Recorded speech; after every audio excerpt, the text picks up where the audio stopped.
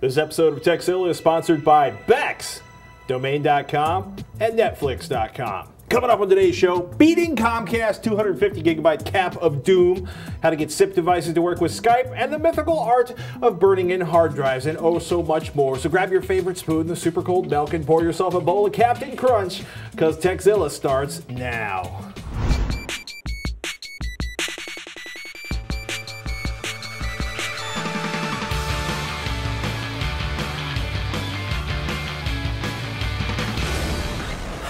Welcome to Tekzilla. I'm Patrick Norton. I'm Veronica Belmont. It happened. Finally. What? My spare phone died, and I finally got another iPhone. You did? I did. Which, by the way, he almost flung over the side of the counter momentarily. That's why I have a case on it. Momentarily ago? A moment ago? That's not the right thing to say. Notice there's a case on it now? Stop that! You're going to give me a freaking aneurysm. I'm sorry. Jeez. Did you have fun out in Salt Lake City? Were you in this great Salt Lake? No, I was in Park City, actually. Park City? Yeah. Ooh, fancy ski town. Yes, it was very pretty, actually. No skiing, because it was like 90 degrees, but it was still really nice. I mean, that's where they do Sundance. I couldn't remember the name of it for a second. That helps me remember things. She's fabulous. She knows about Sundance. Sundance. And the finer restaurants in I wasn't Park really there, City, though. Utah. I was just hanging out. Just but chilling. anyway, Are yeah. there any dogs left, or they've pretty much killed all the ski bums out You of like Park how I City? just dismissed you? Like, anyway. Well, Dogs? Oh, you mean like sled dogs? It used to be a ski town. It used to be a ratty little ski town, and now it's like upscale. It's still a ski town, but no, actually, I learned the whole story of how Park City became like quite the touristy location that it was. It was actually a silver mining town, and they made millions and millions of dollars from these silver mines. And then I guess people, William Hearst made like hundreds of millions of dollars which there. he did everywhere. And then it actually became a ghost town. Like, it was qualified as a ghost town, and there were only like 8,000 people living there, or 10,000 people living there, something like that. Apparently, it's a ghost town. Right. And then people were like, "Hey, we should make this into a tourist location. We'll build a ski. What are they called? Lift. We'll build a lift. A resort, as it were. Yeah, we'll build a lift and let people go skiing here." And they got a $2 million grant from the state to build it up into kind of a touristy location, and then it just frickin' took off. So it's actually a really interesting story, and I went into some of the old silver mining buildings. This is great. And it was like really spooky and scary, and you're so excited. It was cool. I mean, I like historical stuff like that, so it was pretty neat. But anyway, we'll talk about the future now. The future being Chrome, Google's new browser. Yeah, Google releasing a browser is just weird. You think so? I think it's totally obvious. Okay, maybe totally obvious. It doesn't make it any less. Let me rephrase that. Yes, it is the next step in Google's eventual world domination and crushing of Microsoft. I still think it's weird for Google to do a browser, though. Well, I mean, they have so many resources. It makes sense that they would just kind of throw crap at the wall and see what sticks, right? We'll see if it sticks. It could stick. I mean, I haven't tried it yet with any kind of frequency because it's not out on Mac yet. At least at the time of this taping, it's not out for the Mac yet. Yeah, it came out for PC basically this morning, and I was kind of laughing because like nobody noticed Picasa 3's out today. Nobody noticed Picasa 3. I saw people twittering about that. I did see people twittering about that. Like both of them. So do you think it's going to take down Firefox or what? I think it's weird, right? So they basically sat down and I'm not going to say weird again before anybody starts drinking themselves into unconsciousness, but it's like isolated tabs actually sounds really fascinating. That is awesome. So in case you can explain it. Okay, so the idea is that in individual tabs is essentially a sandbox application or sandbox iteration of the application so that if one tab crashes, not that that ever happens, it won't crash the rest of your browser.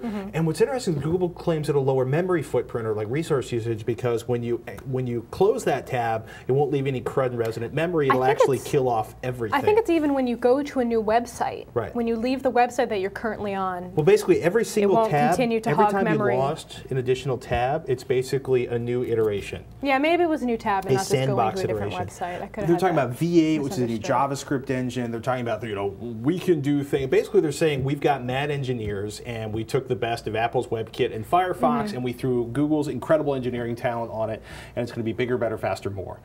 Or at least better, faster, more. I've seen people who said they don't like it so far. They don't like the black on blue text in the tabs. They say that's hard to read, which I can kind of understand. But otherwise, I mean, it runs really fast. I've heard from a lot of different people. Yeah, so the issues everybody seems to have are aesthetic. because it's not, you know, it's not a particularly sophisticated. It's very Google in aesthetic. You know, it's very sparse, yes. Very empty, very clean. It looks like a typical kind of Google style web page. You know, like Google/IG, the home page.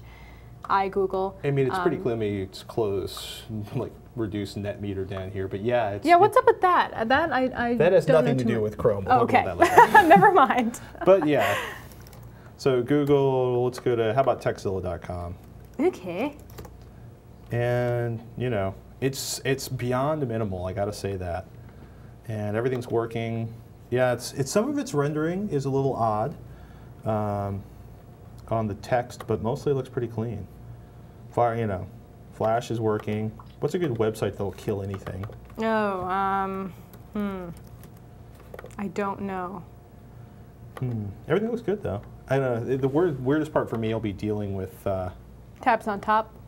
Tabs on top I can deal with. Actually, just getting used to sort of a new. You know, well, I like this. I like it's very Opera-like in that regard. It's got the kind of hot sites that you visit a lot feature, so that's cool. Do you actually use that?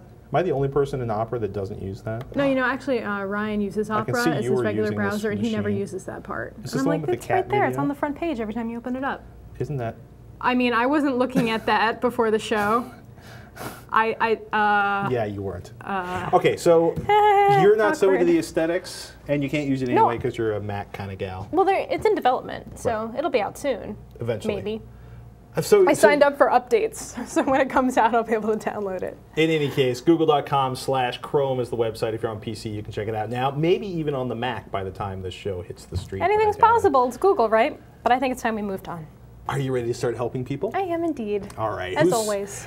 Is actually Dell Power Supplies. You were not here last week. I was not here for this, but you know, I saw what happened. I see what goes on when I'm gone. Yeah. I see what happens around this joint. You didn't get the special video. Well, as you guys know, last week a viewer had questions about upgrading the PSU in his Dell machine so that he could install a more powerful graphics card inside. Now, this is one that Pat and Garnet answered last week, obviously. A few of you out there in audience land wanted to put in your 2 cents about the whole thing. First up is Zubair, who writes, I upgraded my ancient Dell Dimension 8200, including the power supply. Dell had used a PSU without a switch. Dell's case had a full sheet metal backing and only holes for the cables and a fan grating. Because all good PSUs have a power switch on the back, I went to work with sheet metal shears and MacGyvered the slot for the PSU to fit. Aaron from Ohio emailed, I contacted Dell's tech support to ask about upgrading my power supply, and I thought I would let you know that the tech rep said I can use any ATX PSU. They do not use a proprietary connector, at least not with their XPS gaming PCs. I'm surprised because you would think they would make it hard to upgrade so they can get us to buy another PC. Aaron. All right, okay. Garnet actually has painful memories of a time when Dell did manufacture PCs with some unusual non-industry standard power supply designs. The power plugs were actually the same ones. They basically look like the standard motherboard power supply, except a couple of the pins were flipped, and it could potentially fry your motherboard if you used an off-the-shelf power supply unit. Dell has long since abandoned that, and hey, we own quite a few Dells between me and my wife and a bunch of our friends, and Dell supplied all of the PCs you see on this set that we didn't build. They do nice work. Now, we got one more. Stuart emailed in questioning the need for massive power supplies. He says, hey guys, whirlpool.net.au's article, PSU wattage, has some definite evidence on why a 600-watt power supply unit will be overkill and why a 1 kilowatt power supply unit is a ridiculous overkill for the badass monster PC. In my opinion, 800 watts would be fine. All right, so the article details power consumption across a range of PCs with various CPU-GPU combos. Most single GPU-CPU machines, it says, will run fine with 400-watt power supplies. I can agree with that. But if you think you might upgrade to a dual GPU system, it's probably more economical to go with a bigger power supply unit now.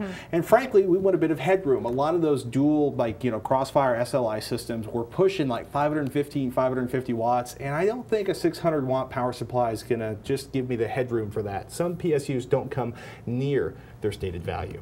Ask me how I know. How do you know? Do you ever have a power supply unit that you bought really cheap, and then you threw a bunch of stuff at it, and it just conked out? I have not had that experience, but I'm taking it that you have. Weep softly in a corner, I did. Sorry, I'm not allowed to say that either. Well, we'd like to take the time out now to thank one of the sponsors of today's show, Beck's, Germany's #1 export beer by volume. Beck's is different by choice. And to celebrate that heritage, Beck's has created the Key Club. As you might know, the key is the iconic graphic on the Beck's beer label, taken from the coat of arms of its founding city, Bremen, Germany. The Key Club is a way to reward the community of Beck's drinkers with access to special events, exclusive content, and free Beck's gear. So sign up today at beckskeyclub.com and unlock the possibilities. Welcome to this week's Freebie Download Pick, a free program that we find useful, fun, or incredibly interesting. This week's pick, Roger Chang's beloved Cursor FX. If your UI is looking a little drab and Vista's Aero interface isn't doing enough for you, then maybe what you need is a whole new Cursor experience, and you can get one with Cursor FX. It's a simple but effective tool for swapping out your current set of Windows cursors with something a bit more flashy. You can pick from themes like Abracadabra, Drop Plus, where everything looks like a drop of water, to a huge human hand, and I think that's a little creepy. Of course, if you don't like a particular theme, you have the option to edit or download other custom packages designed by other like-minded cursor-loving folks online. Now, if you want the other options listed, including the effects, trails, sound effects, and more aggressive behavior editing, you will need to pony up for the full version, and that'll set you back $20. But honestly, when all you want is some mouse cursors that don't look like they were shipped with Windows 95, the free download of Cursor FX is all you need. Patrick, you have to stop looking at the. I know. Cat. It's Dune Cat. I know. He says he controls the You're spice. What? You can distract me with cute over kitten. What is that page? Cute no, overload? Okay. There's two different. There's cute overload, right, and there's Icon has cheeseburger. Right. Whatever. Anyway, we have a show to do. Quite a few folks emailed about Comcast's new official 250 gigabyte per month cap on downloads. We were pissed, even though Comcast says that less than 1% of their users are anywhere near that cap. You guys were mostly concerned about whether you were anywhere near it yourselves. David's question was pretty typical. I'm pretty sure I'm under Comcast's new 250 gigabyte limit, or I'd be sending this from the library. But I'm wondering how much bandwidth we go through at my house. I've seen software that monitors network traffic from a single computer, but I have 6 internet users on as many as 8 different PCs. Kind of sounds like my house, except it's kidding. 2 people. Is there a piece of software that will tell me exactly how many bits come and go between my router and my ISP? I've heard of routers that will do this, but I'd like to avoid replacing my existing one for just this one feature. Thanks, David. Yeah, I mean, if you have, say, half a dozen people in your home with a healthy net habit, or like downloading HD content, for example, like this show, this could totally get ugly, especially since Comcast, really? See it? LOL Comcat, LO Comcast. I mean, they're not providing a network meter that you can access, right? It's not like you can log into your account. You can pay your bill online, but you can't figure out how much bandwidth you use. Right. I mean, they have a FAQ online even that says customers using multiple PCs should just be aware that they will need to measure and combine their total monthly usage in order to identify the data usage for their entire account. Dude, Comcast. How can you monitor bandwidth consumption on a Slingbox, Xbox 360, TiVo, Netflix Roku player, Apple TV, Vudu, DirecTV, DVR, VOD? I like to think of this as a great reason for me to leave Comcast Internet and B, take everybody out there who likes online video with me, because C, 250 gigabytes sounds like a lot now, but in a year or two it won't take much HD video download over the net to nuke this. D, I think. E, and it's a lot better than what Time Warner and some other places are experimenting with, where they're talking about a 40 gigabyte cap. That is a joke. 40 gigabytes. 40. I mean, call me paranoid, but I've got a baby to feed, and our programming is about a gigabyte per hour or so right now. So, back to your question, David. The idea of manually totaling bandwidth equals the suck for David, me, and everybody else out there, especially if you have a lot of devices that don't offer you the ability to track downloads. If your router supports the Tomato firmware, aka it's a Linksys WRT54G, a Buffalo Air Station, or some of Asus's routers, it's got a great monthly bandwidth tool. Administration bandwidth monitoring first day of the month to match the start That's the name of it? Well, no. It's basically you can do basically you can do bandwidth monitoring. Bandwidth monitoring. Bandwidth monitoring. First day of the, basically you can set the first day of the month to match the start date of any particular internet plan. So it watches it for you in that timeline. So if your internet plan like starts on the 15th or the 27th or the 3rd or the 1st, you can basically set it on that. That is really cool. For the billion or so other routers out there beyond the WRT54G, you're going to have to check the manual. There are just too many to go over here. Now, you can also run your cable modem to a single PC or a Mac, then connect your router, your switch, your hub to that PC with internet connection sharing, and monitor the usage on that single PC or a Mac. The Scooby Utilities surplus meter is pretty cool, and it's very free, and it has both Mac and Windows versions. If you're feeling your geek, what you might want to check out is a traffic grapher that supports SNMP, the Simple Network Management Protocol. There are 3 that I'm playing around with at home right now. MRTG, the multi-router traffic grapher, PRTG, the Passler router traffic grapher, and the most excellent wall watcher, which is a serious love for home routers. They list like 100+ home routers they're compatible with. What they do is analyze the log files generated by your router. And then gen up stats and graphs and charts. If you assign a static IP address to everything in your network, like your Apple TV, your Voodoo box, whatever you happen to have, you'll know exactly what devices or computers are consuming what, which will give you a great way to say, Timmy, it's time to stop downloading 472 gigabytes of video a minute. Yeah, that's intense. Yeah, Broadband Reports has a huge, huge thread on this. Excuse me.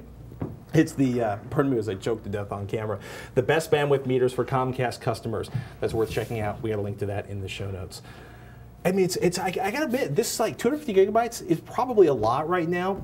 In 2 years, it's not so much. It's not gonna be that much. Because right now, if you downloaded, you know, if you're looking at Hulu, if you're looking at your Revision 3, right? If you downloaded every Revision 3 program every week, I don't think you top 80 gigabytes.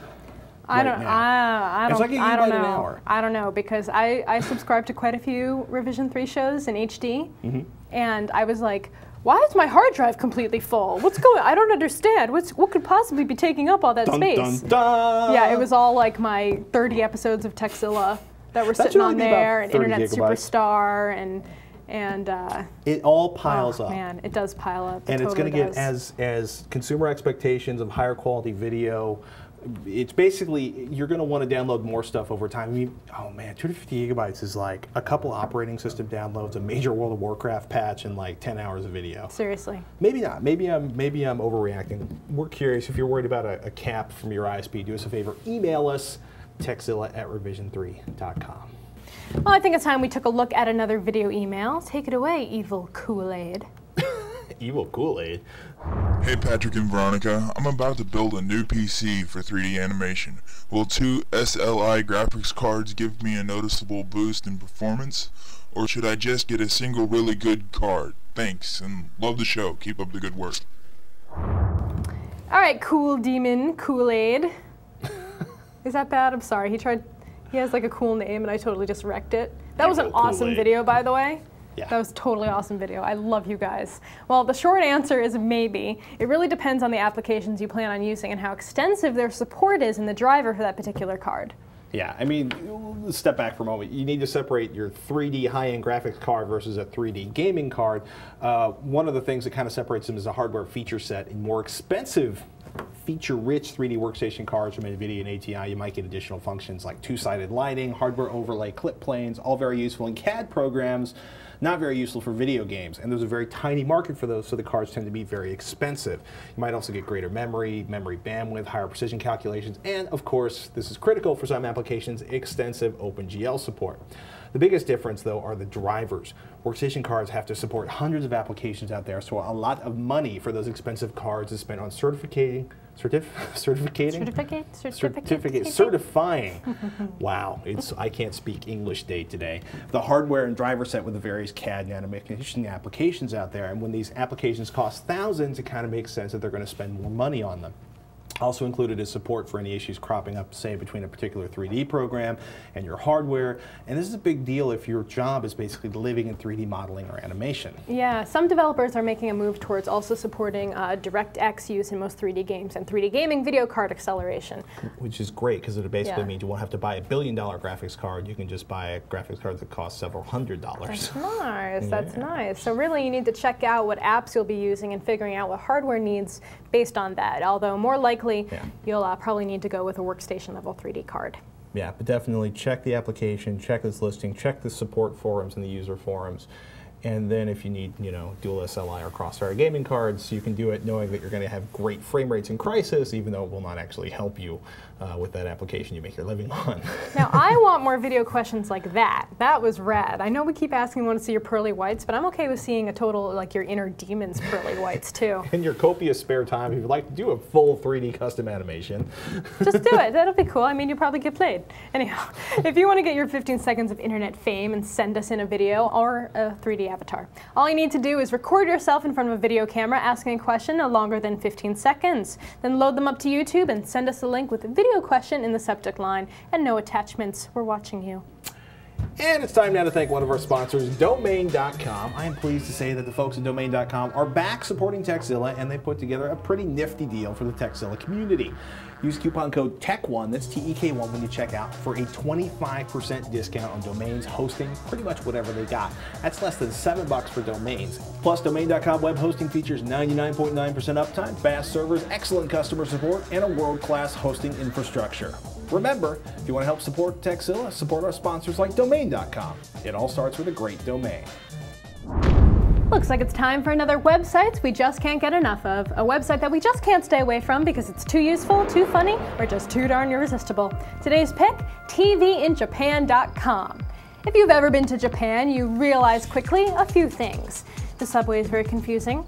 Having plastic replicas in the windows of restaurants is very convenient, and the TV is absolutely the most amazing thing you'll ever see in your life. Or freaky. Having literally spent hours sitting in my hotel room watching shows in Japanese, which I do not speak, I definitely grew to miss them upon returning stateside. Thank goodness for TVinjapan.com. This blog highlights some of the most amazing, strange, and funny clips on TV in Japan. I have no question that people outside the US find our shows, commercials, and music videos absolutely bizarre, but there is just something incredibly addictive about Japanese television. For example, you can learn how to spank people, or perhaps watch iPhone ads that are basically exactly the same as in the US, except somehow different and better. So if you're looking for a taste of how awesome and kawaii TV has the potential of being, head over to TVinjapan.com. This next question comes to us from Bryce. Hey guys, I was thinking about buying a TV tuner for my iMac, but I don't know which one I should buy. And also, what does onboard H.264 mean, and what benefits does it provide?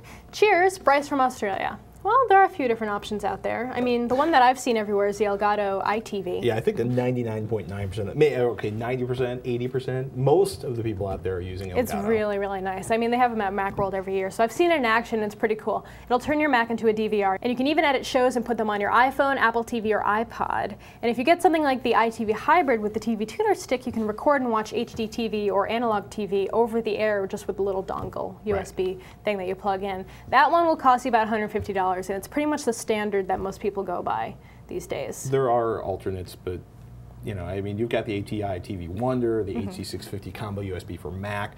It's a dual tuner unit that also is $150. If you want to spend a little less, Pinnacle Systems Pinnacle TV for Mac HD Stick is also out there, but I tend to think of pretty much anybody other than Elgato as their Mac market being a tiny subset of what they do, and Elgato pretty much Mac is what they do. Yeah, but that's no reason to discount them. I mean, just because they're kind of like an also-ran type of deal. Yeah. I mean, they're still doing it. It would probably still work. Do you want to spend your money on the also-ran, or do you want to spend your money on the one that focuses on you as an audience? I know, but I mean, one of those is cheaper than the Elgato, for example. One of them has a dual tuner support, and I don't know if Elgato has that.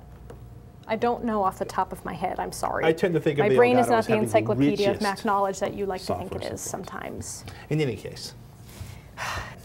Anyhow, as for your onboard H.264 question, that pretty much just means that it supports the H.264 codec, which is good. Yeah, it's for encoding. It's pretty much the standard. That's what you want. I mean, everyone uses it, so that's good. Yeah, it's a good thing. It's good to have. Speaking of good things, it's time now for our Netflix-sponsored movie pick of the week. This week is The Dish.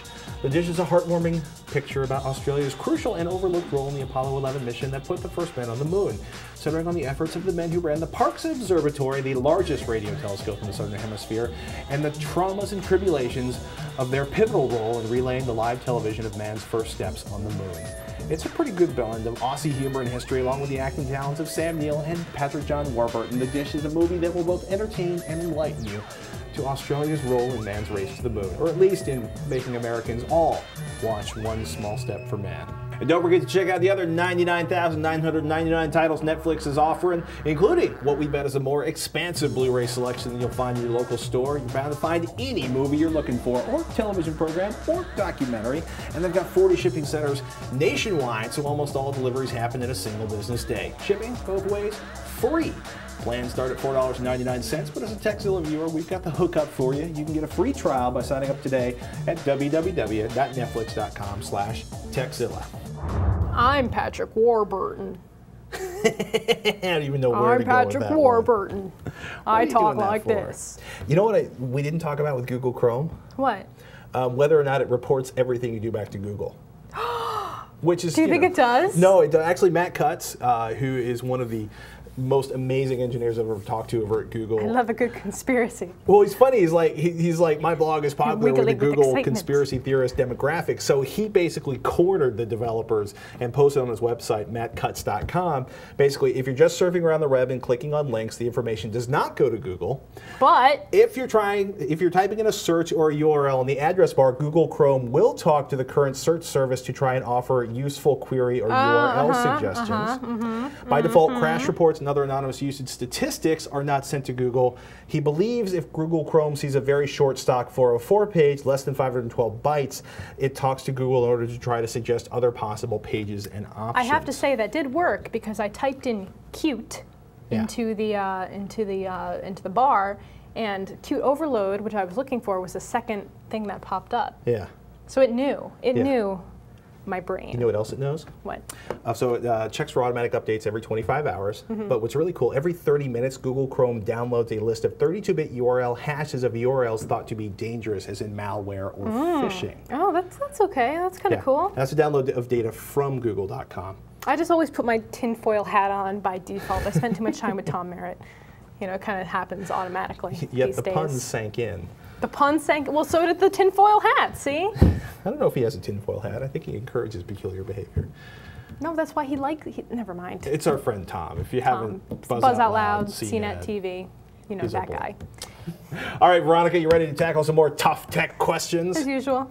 As usual? You ask me the same thing every week, and I always am, so it's just like, Roger God, our relationship is so predictable. It's come to this. What, anyhow, pizza tomorrow night? They write, here is a problem I hope you can solve. I brought a Grandstream GXP 1200 phone only to find that there is incompatibility issues with Skype. Grandstream uses SIP and Skype has its own program. Any ideas on whether this is a good phone? I don't want one of those USB phones that only works with my PC. Well, Ron says this question. Ron. I don't know too much about that phone, frankly. I don't think anybody probably knows a whole lot about that phone, because this is one of those things where there's like 2 or 3 name brand phones, and there's like 4,200 phones that come out of a workshop somewhere that maybe have a name taped onto it that you'll never see it again. So if anybody out there has any experience with a Grandstream phone, we'd be curious. We'd also be curious if you've had any positive experiences with SIP or Skype-based phones. Now, SIP, in case you were wondering, is a protocol used for voice or video communications on the internets. It doesn't play well with Skype by default because Skype uses its own proprietary protocol for VoIP. There's software you can use to connect your SIP software. Do you want to tell them about it? Yeah, there's the only one I found was called Uplink from NCH Software. It connects both the incoming and outgoing calls to the Skype network. It can be used to make Skype out calls from a SIP device or SIP PBX, and it can receive Skype in calls and direct them to your SIP extension. Also, Vonage used SIP. Right. So it's just this weird, like, proprietary thing that Skype is using. Well, Skype basically said we want to do something we think is going to work better than SIP. I mean, I've had some miserable experiences with SIP. I've had some good experiences with SIP. I've almost always had a great experience with Skype. Well, a lot of major companies that do use VoIP use SIP, and a lot of younger kids, like all the young people, Web 2.0 crowd. Not like you. Not like me. You're the most connected human being I know, actually. Well, they use Skype, that's what I'm saying. And so there's this kind of divide between the corporate situation in VoIP and the like popular new stuff. The downside of that software, though, that we mentioned, is not available for Vista or OS X users. So it's not for everyone, and it will also cost you about $30. So there's no kind of free solution that we found that will tether those two things together. Right. And I haven't used this software personally, so I can't really speak for it, but it was one of the most popular ones that I found. It seems that a lot of Skype users would like a portal built into Skype that works with SIP automatically. I saw a lot of different discussions online that were talking about that, so it's obviously an issue. But until that happens, hopefully this fix will enable to use your new phone. Good luck. Good luck with that, by the way. Not running OS X or I hope you're not. Vista. Well, you probably are, but sorry. You can just go to Skype. You could just use Skype. You could get a headset. But he wants to use his new fancy phone. I understand. You buy a new thing. That's like me, for example. I thought Grandstream only did those weird sort of like channel phones for small business. Yeah, I bought a KVM switcher last week, a really nice one. It doesn't work with OS 10. No, it works with OS 10, cool. But it's VGA only for one, which sucks because I'm on a MacBook Pro, and also my gaming PC is DVI also outputs. Did you look at the packaging before you bought it? And I'm not. No. It's fair because I did not. I've done that where you're like, oh, I'm going to get a Yada. Online and it was on sale. Oh no. And I was like, this is really nice. I think it's like an IO gear. I'm like, this looks great. It matches with everything. It matches all my stuff. It was like $69. And I was like, okay, it can output to 4 computers. I'm like, well, I might get more computers at some point. That's possible. So basically, I bought it pretty much sight unseen. I didn't really read the specifications. Total dumbass move. And I got it, and I'm like, it doesn't plug into my things. Can you return it? And yeah, I can return it. I just haven't gotten around to it yet. Better yet, so read that stuff. If you have a VGA set of computers at home that there's use adapters, VGA, but they're not good. And you'd like to buy a adapter that Veronica doesn't, she'll sign it for you. How much? $70. Okay. Really? Really? Can I do this? Is this legal? We can do anything once. This isn't a contest. We don't have to have legal involved. Okay. If you want to buy my thing, I'll give it to you. $70. Raymond writes, I was just given a home theater system and I want to connect my Blu-ray player, my satellite box, and my Xbox, but the home theater receiver only has a single optical audio in. I was looking at an HDMI switch with optical Toslink routing from Octava, since I need more HDMI inputs as well, but at $249, it's more than I want to spend. Something similar but cheaper would be awesome. Actually, Raymond, it's pretty cool, right? The switch he's looking at has 4 HDMI inputs, a single HDMI output, and routing, 4 Toslink inputs to go along with that switch. $249 for that is an epic deal. That's a really good deal because normally you have to buy like a separate switch to switch the Toslink. And I'm hoping that if you've got HDMI input on the receiver, Oppo makes an excellent 3x1 HDMI switch for $100. It's actually $99. I love it. Robert Heron, our favorite HDTV maven, loves it, and it's got just enough inputs for you. Yeah, I have a 4-input HDMI switcher at home. I can't remember which brand it is off the top of my head right now, unfortunately. Yeah. But it works pretty good. Sometimes especially when I'm on the PS3, it has trouble detecting the HDMI output. That could be really frustrating. And so you have to keep switching back and forth until it picks up on it once again. I can verify that the Oppo works awesomely. It's cheap. A lot of people actually swear, they basically go to monoprice.com, which is our favorite source of cheap HDMI cables, and they buy whatever Monoprice has on sale. Cheap is important. Your mileage is going to vary, but look, I got to say, multiple optical inputs and HDMI switching for $250 for 4 inputs is actually a pretty good deal for $249. If you have HDMI inputs and you don't need optical for each of those, check the whatever's cheap at Monoprice, or go with the Oppo if you want to get something we know is that's going to run well. Yeah, well, that's good because mine's okay. It's pretty good. Well, we had somebody who spent like 4 months, Jim, our CEO, was having crazed optical switching issues, and he spent a lot of time. If he'd known about the Octava switch, he would have been taken care of months before. Problem would have been solved. That's what we're trying to do for you folks out there. Help you before you end up like me with a thing that doesn't work, and Jim with a thing that doesn't work. Anyhow, here's another question. His thing works now. That's good. Anyway, a question from our Boston crew. Right on, Wicked Pissa Guy, from Tim. He's having hard drive problems. I just picked up a brand new hard drive in eSATA enclosure, but I'm worried about copying over 750 gigabytes of data and having the hard drive die on me. I've had 2 hard drives, different makes and models, die on me within a month. God, that is bad luck. That's really unusual. Oh, jeez. That's really unusual. Anyhow, he'd like to stress test this hard drive for a few days first. Do you know of any apps that I can download that will put a load on my drive? I'm not going to use this program much, so the cheaper the better. I'm using OS X Leopard, but I'm sure everyone would like a little Windows love too. That is true. Yeah. Love the Windows love. Love the Windows love. That's interesting. That's a really interesting question. You're like a Seagate Western Digital Hitachi nightmare, because statistically it's really improbable that you'd have 2 hard drives die in a month.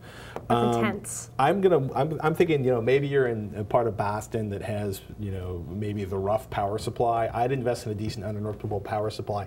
It's really odd to have more than 1 drive die in that short of a period of time. You think it's like a surge thing? It could be a surge thing, could be a brownout thing, especially if they both died in July and it was really hot, because one of the bad things that happened... I lived in Boston many years and through many Julys. That kind of thing happened. Where I used to live in Linden, New Jersey, which has some of the world's most beat up infrastructure. It was basically, there was a lot of older folks in our area, and they would all wait until like 12:59 a.m. and then they would all give up on the neighborhood cooling off, and they would all turn their air conditioners on at the same time, and there'd be this massive.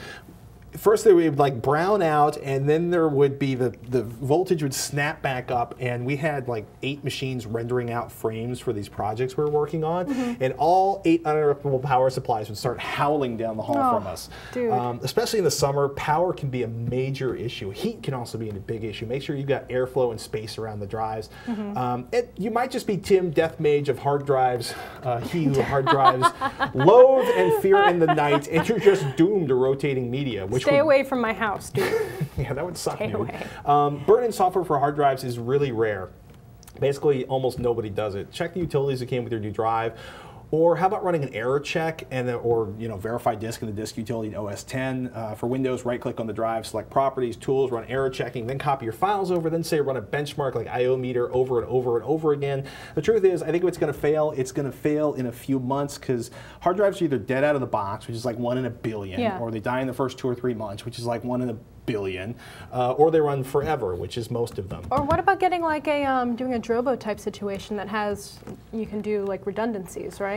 Yeah, I mean that would definitely, like, the thing about the Drobo or RAID 5 type device is you've got your data is spread across multiple drives, and they use parity so that if any single drive dies, the other drives contain all of the information and they can reconstruct the lost data on your dead drive. That would definitely be an alternative. I mean, hell, with your luck, I think it might be a good investment. Yeah, personally, I'm just saying. Using an online storage system might be a really good thing to do. But wait, how much?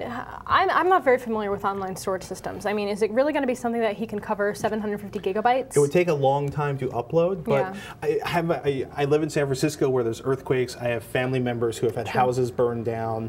To me, trusting a big giant offline data storage buried underground somewhere in Minnesota, where the biggest problem is worrying about, like, I don't know.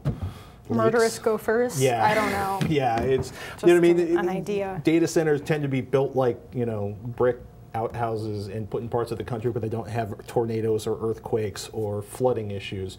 I never thought of that. That makes sense. Yeah, I mean, we live, You wouldn't want it in like Tornado Alley or something. That wouldn't be good for your data. It could be awkward. Anyhow, if any of you out there has a fave tool for breaking in hard drives, email us at tekzilla@revision3.com and let us know. For all of you watching, we live in your questions. Do us a favor, email us your questions, tekzilla@revision3.com. Tech help, product reviews, how-tos, you ask us, we'll do it. Copycat, but we need those emails, so don't be shy. Send them in to Tekzilla@revision3.com in case you missed it the past 6 times we said it. There we go. Even better, send us your digital camera questions. We're planning to have digital cam expert Lori Grunin from CNET back on, and we want to collect your questions for her to answer. Yay. So if you have questions about digital point-and-shoots or digital SLRs, send them on in. And as always, you can visit our forums at revision3.com/forum. You can find more details on the site. Yay. They're up there. Oh, and especially, don't forget the subscription options. We're still getting a lot of emails from you guys being like, well, how do we subscribe to just the daily or just the weekly or both or none? They're all in that available. case, just why are you even watching if you don't want to subscribe to any of them? Tekzilla.com. But anyway, so Tekzilla.com. Go to the subscription options, a little tab underneath the video player, and you can get all the direct feeds for that right there. Get the Tekzilla you want, when you want, how you want. Your way, right away. Like that's Burger King, right? Anyhow, don't forget to catch Epic Foo if you haven't witnessed tech and culture getting it on. You haven't seen Epic Foo with my girl Zadi Diaz. Give them 6 minutes every Tuesday and Thursday, and they'll give you the web. Check out the people and organizations providing respite from traditional thinking with upcoming indie artists, new web tools, and everything you need to stay on top of emerging pop culture. So it can be you forwarding the information about that new website to everyone you know instead of them forwarding it to you. Yeah.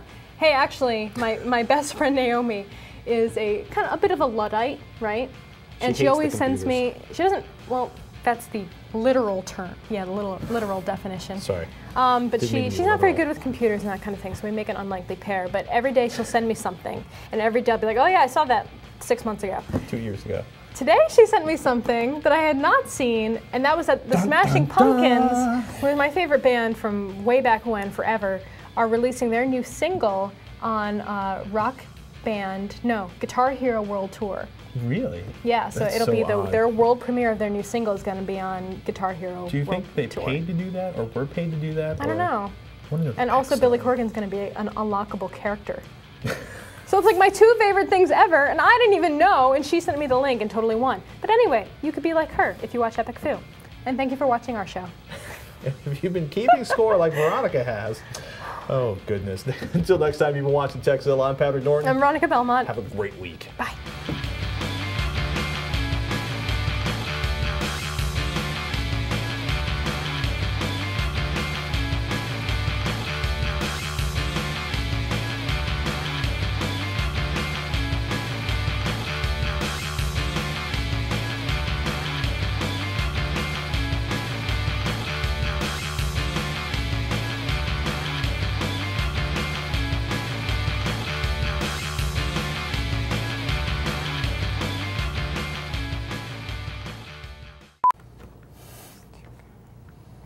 Seriously?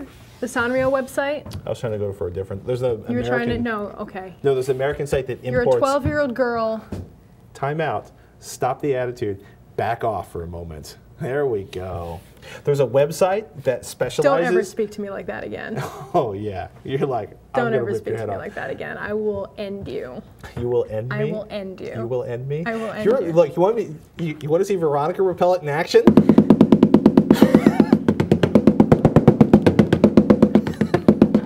In any case, I'm not wrecking it. There's a U.S. site that imports all of the really weird Hello Kitty stuff you can't get from Japan. Mm-hmm. What? You don't like Hello Kitty? No. Not a bit? No. Because it's just what? It just doesn't do anything for you? No. Were you attacked by Hello Kitty as a child? Your mother made you wear a Hello Kitty. Talking. Show me where Hello Kitty comes. Subscribing costs nothing. Daily, not monthly. And our cars actually move. Fastlane Daily is fast and fresh and here to stay.